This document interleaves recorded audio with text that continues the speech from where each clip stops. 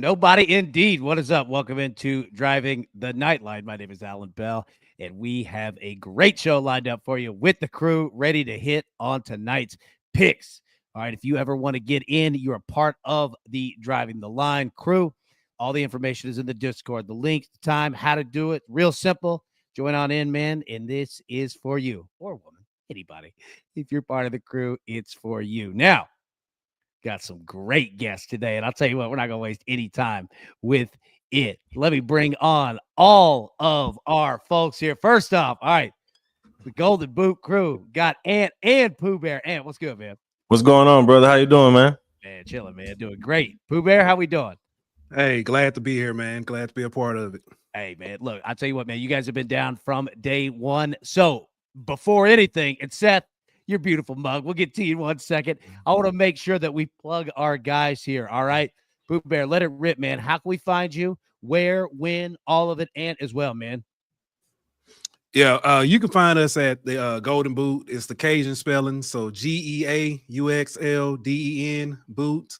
On all platforms. It's I think we had to add like Golden Boot Pod for YouTube, but yeah, you can find us there. We go live usually Sundays and Wednesdays at 8 p.m. Sometimes we have to move it to Mondays and Thursdays, but hey, we're there. I love it. Yeah, you could catch us. Yeah, I'm about to say you could catch us talking SEC football during football season, basketball, baseball. You know, it's coming up baseball season, so we about to get heavy in the SEC baseball, and then we also do a little HBCU football and stuff like that also. So pretty much anything you want to find sports related, you can find it at the Golden Boot. Hey, these guys are fantastic, and I think we're gonna be on tonight, right? We'll be on tonight talking Super Bowl and college baseball because it's coming around the corner. I can't wait, man. You guys down in Louisiana, that is where college baseball begins and ends with LSU, man. That is the blue blood program. And we're gonna talk about you like we've got before, you know, HBCUs. My man Eddie George up here at TSU, man. Mm-hmm. Like I'm proud of him. We'll talk about it more on you guys' show tonight. One more time, where can we find it on YouTube? It's Golden Boot, GEAUXLDENBOOT. There we go, man. There we go. Now, Seth, your beautiful mug. Good to see you again. Now we have to take a look at how we did last night. You did good. All right. 2-2. TJ goes 1-1. Dude, Donovan hit him. Tate hit him. Jaylen Brown didn't even attempt a three. Come on, Jaylen. But you did a good job.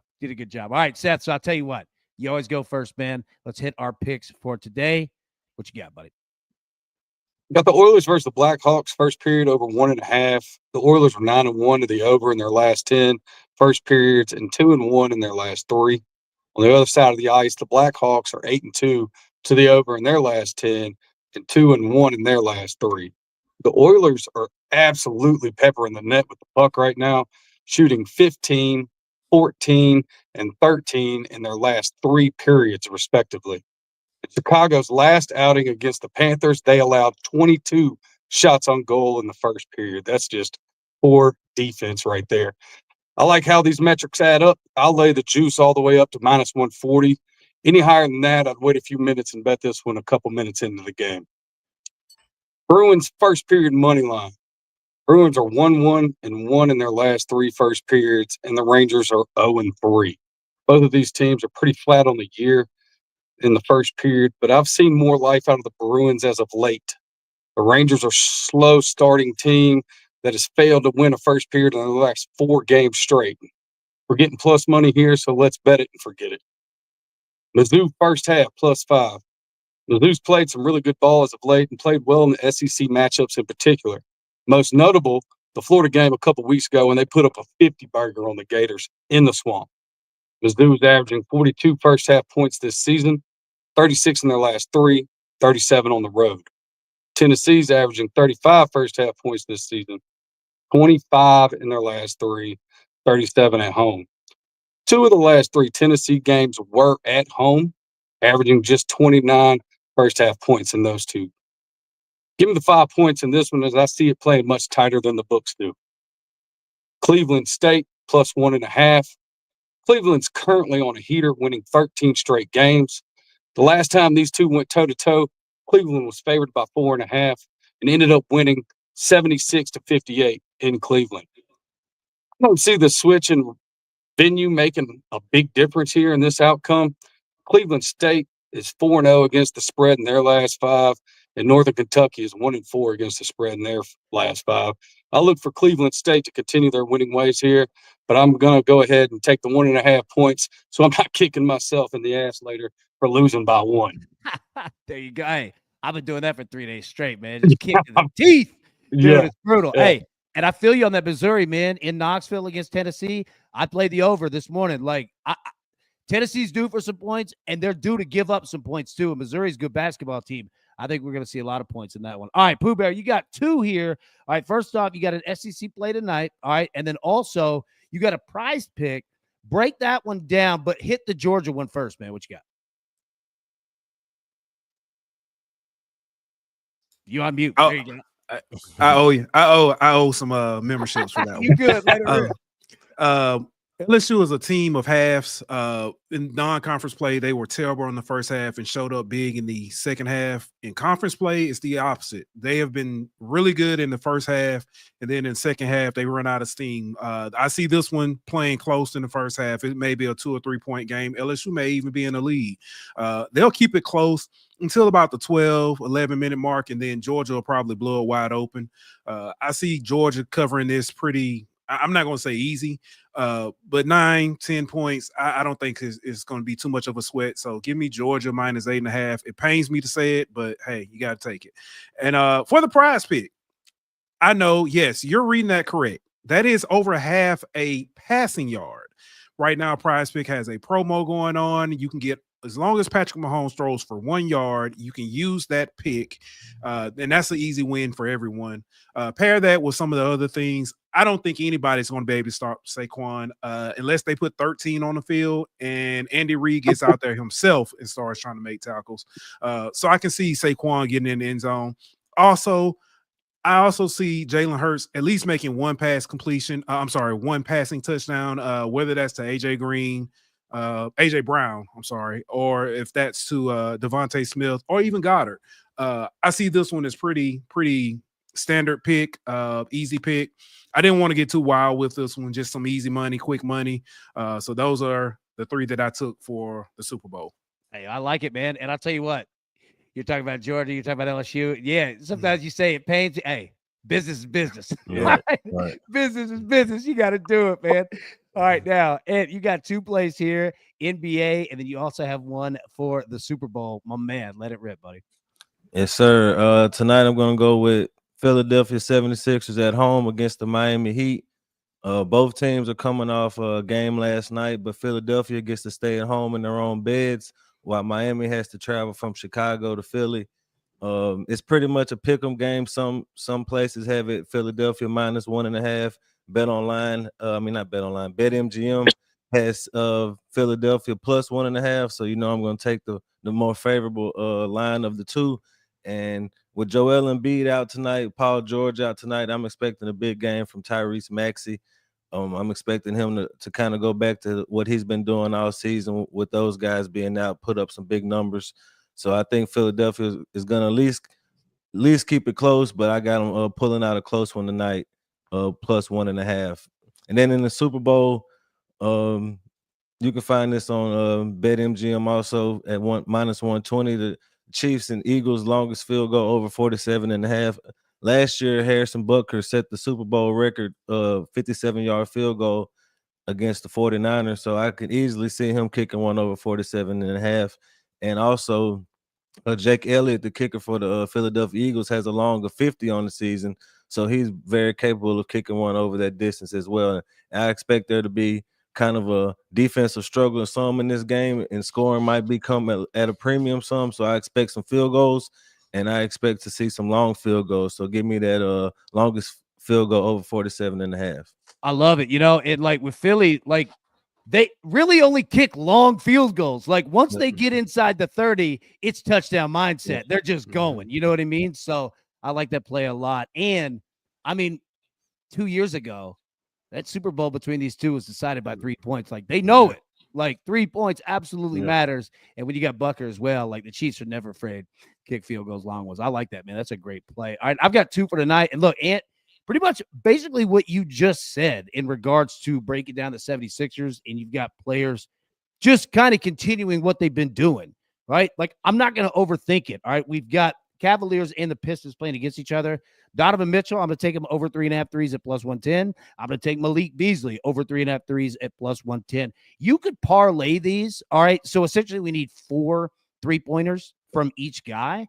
You could parlay them both together, drop it down 1. All right. And need 3 and 3. But again, be careful because you could get 7 from Donovan, right? 2 from Beasley. And then, obviously a parlay, you got to have both of them hit. So I like taking the shot separately on this one. But again, I mean, both of these dudes, they can fire, they can shoot. And I think it's going to be a pretty high scoring game tonight. Like, it's not the most marquee matchup on the board, but you've got a 4.5, 5-point spread. Like, I think it's going to be better than people might think. So I'm going to take over 3.5 threes on both of those dudes. Now, we've got one more thing to do. Fellas, got to get some of your gym picks here, man. We got to see what you guys have. So, all right, Ant, I'll start with you, okay? We all know the rules. First touchdown score in the Super Bowl at odds plus 1,000 or more. All right, Ant, what you got? Give me Dallas Goedert. I think you just mentioned it. Whenever the Eagles get down in that red area, they're thinking touchdown. But I think the Chiefs are going to try to sell out to stop Saquon in that running game and leave it a little susceptible to the pass. And I think Dallas Goedert leaking over the middle for a touchdown first drive of the game. Give me that. Love tight end plays in that. And it's not the same, but the Eagles kind of have that Les Miles philosophy. They're like, dude, we didn't come here to kick field goals. Like, we doing it. And even if we line up for a field goal, we'll toss it right over the back of the head and let it rip too. The Eagles are absolutely fun, man. That's a good play right there on the tight end. All right, Pooh Bear, coming over to you, my man. What you got? I was so tempted to go chalk and say Travis Kelce. But I can't do it. I'm going to take Devontae Smith. I think it's going to sound funny. I think little skinny man is going to find a way to slip his way through there and find an open spot and be wide open. He typically his receiving numbers are typically low, but he gets open for long passes or he finds that crease somewhere. I like Devontae Smith for the first touchdown. I like that play too, and he's their deep threat guy. Like, don't get me wrong, AJ Brown is too, like anybody on that team, but right. I mean, I'll bring it back to LSU again, man. Like, you look at LSU teams, like, you only have so many dudes that can cover 5-star, like, all-pro wide receivers. And it's like Devontae kind of gets lost because you got to deal with AJ. You definitely got to deal with Saquon. You've got to deal with Goddard, right? Like, you got to have somebody on the tight end, and it's like, oh, damn. Like, how many dudes you got? You know what I mean? So, yeah, I like that one a whole lot. And Devontae, once he goes, like, I mean, we all saw it in the SEC. Once he goes, it's a rip, man. All right, Seth, what you got, brother?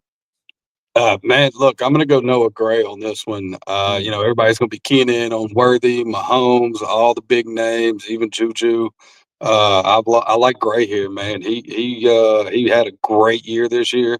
Dude, he popped off a couple touchdowns this year, 5. So, look, like you said, AB, playoffs, Super Bowl, quarterbacks love their tight ends. So, let's go Noah Gray. They do, and especially the Chiefs using their number 2 tight end. Like, a lot, dude. It's such a Jim Harbaugh move where you're like, God, like, I swear to God, like, Chargers games were impossible to pick because it'd be dudes that you didn't even know. You're like, he's in the league. That's a great play. As a Saints fan, that's some Sean Payton stuff right there. Yes, you know what I mean? 100%. Bringing out the fullback for the first touchdown of the game. Like, he hadn't played in 3 games, but all of a sudden he gets the first touchdown of the game. Yeah, 100%. 100. You know what's crazy? Speaking of like Sean Payton, and I'll pull this down real quick.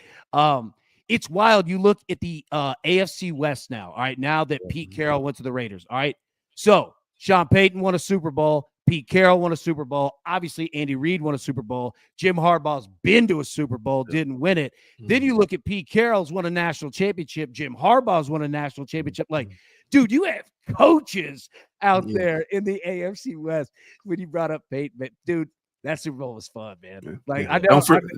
Don't forget Chip Kelly's over there now. It's truly is the Pac-12. Hey, it really is. You know what? I got to give that dude credit too. Like, you know, we saw him with the Eagles, and it was what it was. But like with Ohio State, like he was calling his ass off, man. Like, I mean, I saw it firsthand. Like that game was over in 8 seconds. I was like, all right, we ain't gotta watch this anymore.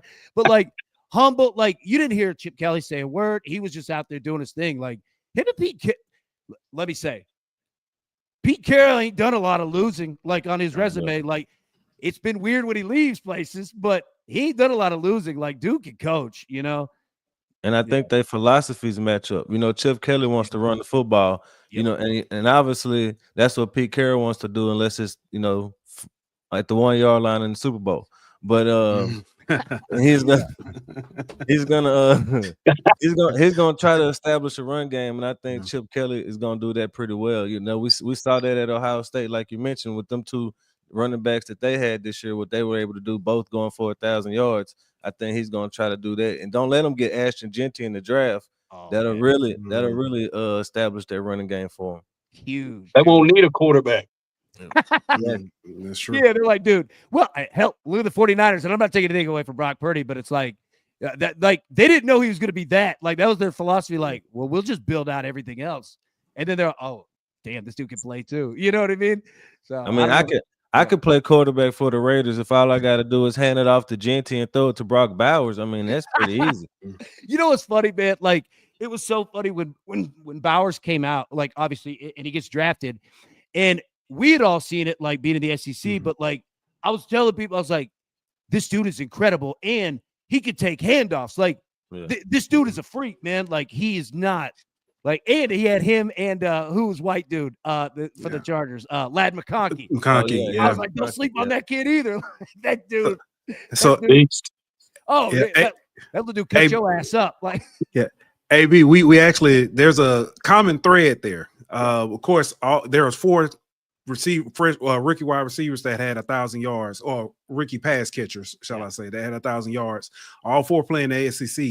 3 of them had the same wide receivers coach, Cortez Hankton, who was at Georgia, then ended up at LSU. Yeah, wow, dude, how strong is that? Yeah, heck of a resume, but. Oh, yeah, and that's what I was going to say. That's what we need to do. Let LSU get better at recruiting wide receivers. Yeah. Oh, man. All right. Any final thoughts before we get out of here? Real quick, say it again. How can everybody find you? And we'll be live tonight on you guys' channel at 8 p.m. Central, correct? Correct. We'll be live tonight at 8 p.m. Central. The Golden Boot. You can find us on Facebook. You can find us on YouTube. We're on TikTok.